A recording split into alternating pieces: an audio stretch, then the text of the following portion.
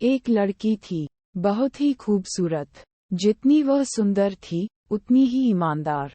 न किसी से झूठ बोलना, न किसी से फालतू की बातें करना, बस अपने काम से काम रखना।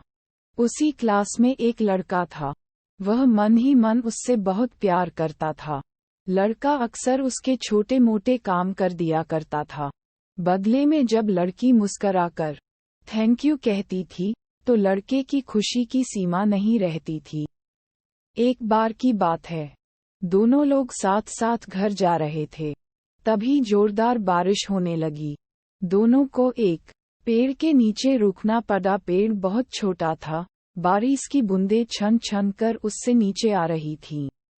ऐसे में बारिश से बचने के लिए दोनों एक दूसरे के बेहद करीब आ गए। लड़की को इतने करीब पाकर लड़का अपने जज्बातों पर काबू न रख सका। उसके लड़की को प्रपोज कर दिया।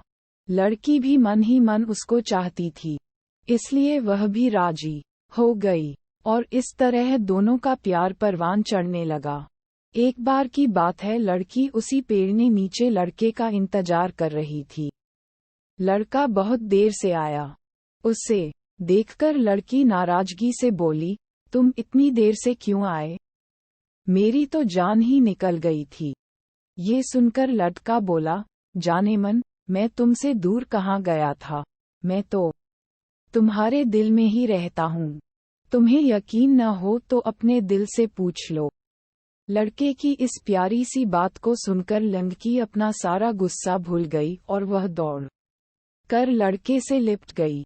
एक दिन दोनों लोग उसी पेड़ के नीचे बैठे बातें कर रहे थे। लड़की पेड़ के सहारे बैठी थी और लड़का उसकी गोद में सर रखकर लेटा हुआ था। तभी लड़की बोली, जानू, अब तुम्हारी जुदाई मुझसे बर्दाश्त नहीं होती। तुम्हारे बिना एक पल भी मुझे 100 साल के बराबर लगता है। तुम मुझसे शादी कर लो, नहीं तो मैं मर जाऊंगी। लड़के ने झट से लड़की के मुंह पर अपना हाथ रख दिया और बोला, मेरी जान, ऐसी बात मत किया करो। अगर तुम्हें कुछ हो गया तो मैं कैसे जिंदा रहूंगा? फिर वह कुछ सोचता हुआ बोला, तुम चिंता मत करो, मैं जल्द ही अपने घर वालों से बात करूंगा। धीरे धीरे काफी समय बीत गया।